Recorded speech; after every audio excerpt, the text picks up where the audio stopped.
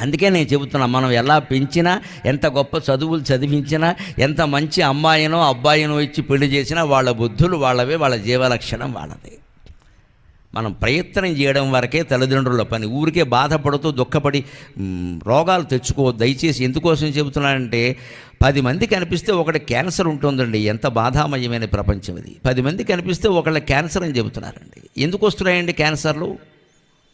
విపరీతమైన ఆలోచనలు, విపరీతమైన ఆందోళనల వల్లే వస్తాయమ్మా ఇవి. అన్ని పిల్లలకో, పెద్దలకో, పుట్టింటి వాళ్ళకో, అత్తింటి వాళ్ళకో, లోకంలో ఏదో పెట్టేసుకుంటాం మనసులో. ఇక్కడ మనకు అవసరం లేనివన్నీ. అంత అవసరమా? అన్నీ నువ్వు చేయగలవా తల్లి? అన్నీ మన వల్ల అవుతాయా? వారికి ఏదో అయితే మనం ఏం చేస్తామండి? గర్భస్థ సంతానమే కావచ్చు, వాడికి 25 ఏళ్ళు ఉన్నాయి, వాడు చూసుకోవాలి. చెప్పవలసింది చెబుతాం. ఆ బెంగలు పెట్టేసుకుంటున్నారు ఎక్కువ. మనేదా మనేదా అంటారు ఇక్కడ భాషలో. ఆ మనేది